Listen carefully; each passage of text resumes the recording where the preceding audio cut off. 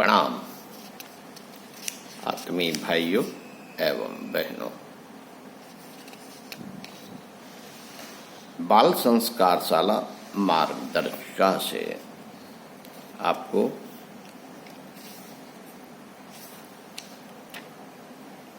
कहानी सुनाता हूँ।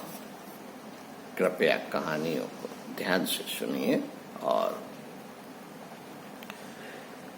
जो बात अच्छी लगे उसे अपनी डायरी में नोट कीजिए। मुझे बताइए क्या सीखा।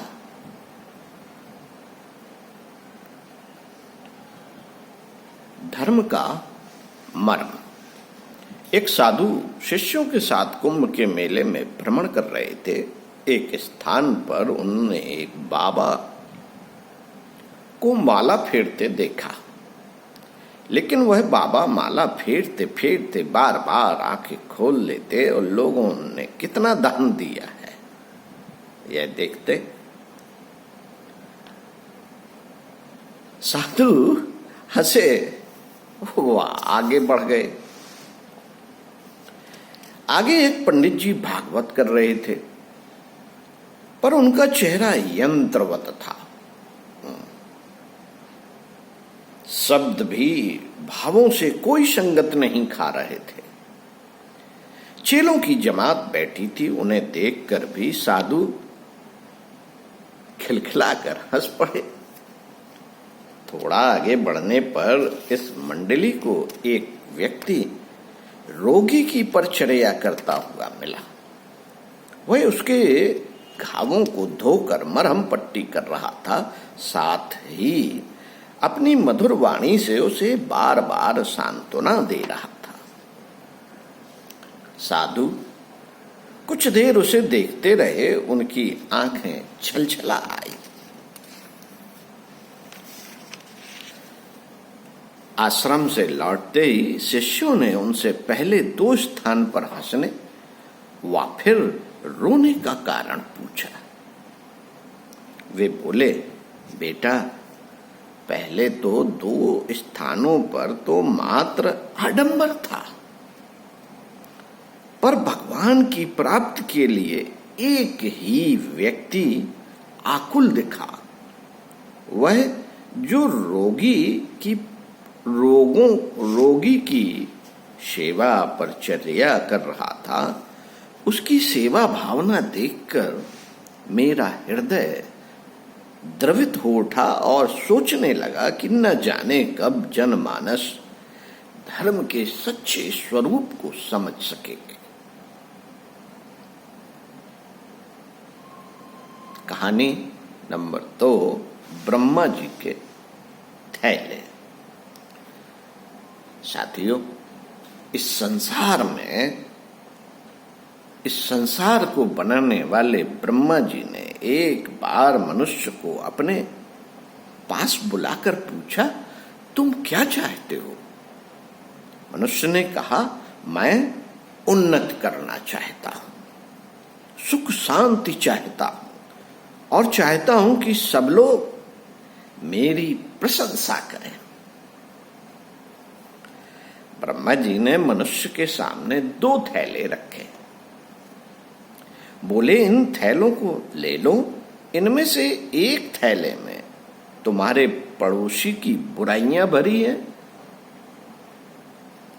और दूसरे थैले में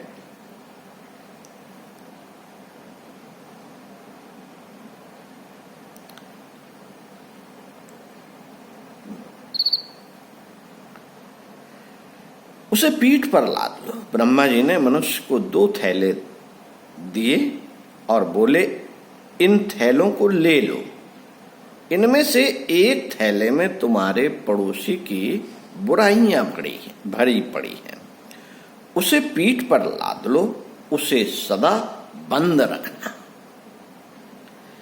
न तुम देखना न दूसरों को दिखाना। दूसरे थैले में तुम्हारे दोष भरे पड़े हैं, उसे सामने लटका लो और बार बार खोल के देखना इसे। मनुष्य ने दोनों थैले उठा लिए, लेकिन उससे एक भूल हो गई। उसने अपनी बुराइयों का थैला पीठ पे लाद लिया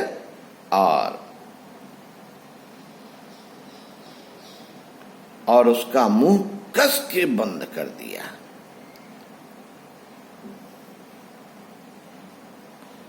उसने अपनी बुराइयों का थैला पीठ पे लाद लिया और कस के बंद कर दिया, और पड़ोसी की दूसरों की बुराइयों से भरा हुआ थैला उसने अपने सामने लटका लिया। उसका मुंह खोलकर वह उसे देखता रहता और दूसरों को भी दिखाता रहता। इससे उसने जो वरदान मांगे थे वे भी उल्टे हो गए। वह अवनत करने लगा, उसे दुख और अशांति मिलने लगी। तुम मनुष्य की वह भूल सुधार लो, वह भूल सुधार लो तो तुम्हारी उन्नति होगी, तुम्हें सुख शांति मिलेगी, जगत में तुम्हारी प्रशंसा होगी। तुम्हें करना यह है कि अपने पड़ोसी और परिचितों के दोष देखना बंद कर दो और अपने दोषों पर गहरी दृष्टि डालो। कहानी नंबर 3, उपकार।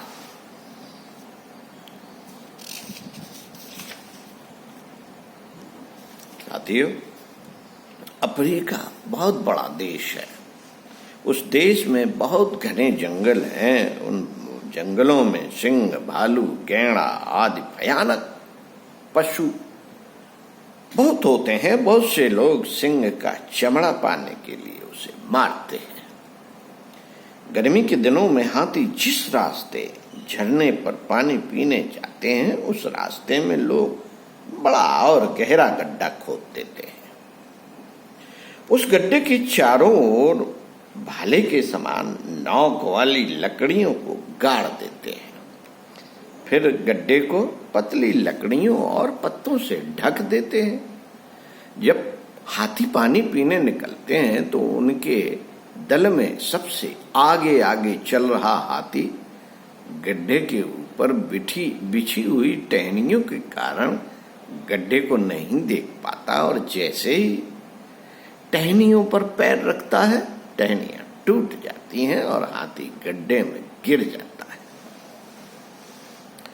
हाथी पकड़ने वाले उस हाथी को लाकर पहले कई दिनों भूखा रखते हैं। गड्ढे में भी हाथी कई दिन भूखा रखा जाता है, जिससे कमजोर हो जाने के कारण निकलते समय बहुत ऊधम न मचाए।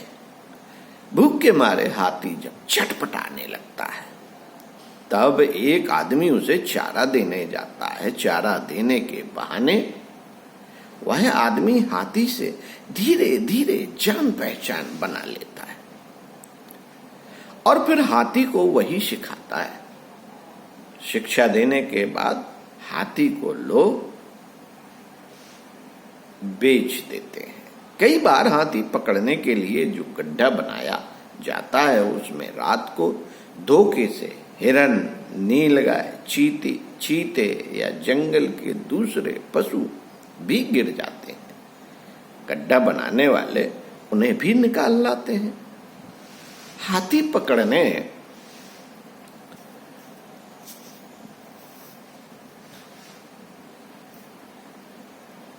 पकड़ने वालों ने अफ्रीका के जंगल में एक बार हाथी फंसाने के लिए गड्ढा बनाया और ढक दिया।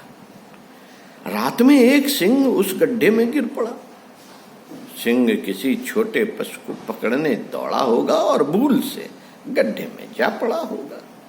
एक शिकारी उधर से निकला।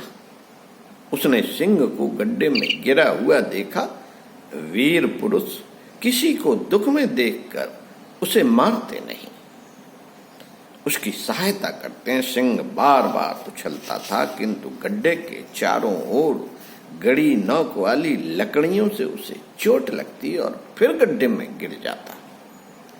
शिकारी ने एक रस्सी में 2 लकड़ियों को बांधा और पेड़ पर चढ़ गया। पेड़ पर रस्सी खींचकर उसने लकड़ियां उखाड़ दी। शिकारी ने नीचे से लकड़ियां इसलिए नहीं उखाड़ी कि कहीं गड्ढे से निकलने पर सिंह उसे मार न दे। 2 लकड़ियां उखाड़ने से सिंह को रास्ता मिल गया। वह उछलकर गड्ढे से बाहर निकल आया और जंगल में चला गया। साथियों, वही शिकारी एक दिन एक झरने के किनारे पानी पीकर बंदूक रखकर बैठा था। वह बहुत थका था, इसलिए लेट गया और उसे नींद आ गई। इतने में वहां एक चीता आया और शिकारी को मारने के लिए उस पर चढ़ बैठा। बेचारा शिकारी डर के मारे चिल्ला भी ना सका। इतने में एक भारी सिंह जोर से गरजा। उसकी गर्जना सुनकर चीता पूंछ दबाकर भागने लगा, पर सिंह चीते के ऊपर कूद पड़ा और उसने चीते को मार डाला। साथियों, शिकारी समझता था कि चीते को मारकर सिंह अब उसे मारेगा, लेकिन सिंह आया और शिकारी के सामने बैठकर पूंछ हिलाने लगा। शिकारी ने पहचान लिया कि वही सिंह है जिसे गड्ढे में से निकलने में शिकारी ने सहायता की थी। सिंह जैसा भयंकर पशु अपने उपकार करने वाले को नहीं भूला था। तुम मनुष्य हो, तुम्हें तो कोई थोड़ा सा भी उपकार करे तो भी उसे नहीं भूलना चाहिए और उस परोपकारी की सेवा सहायता करने के लिए सदा तैयार रहना चाहिए। ओम शांति। आगे बताएंगे और कहानियों को आप इससे जो प्रेरणा मिले डायरी में लिख लीजिए। ओम शांति। और बार बार पढ़िए।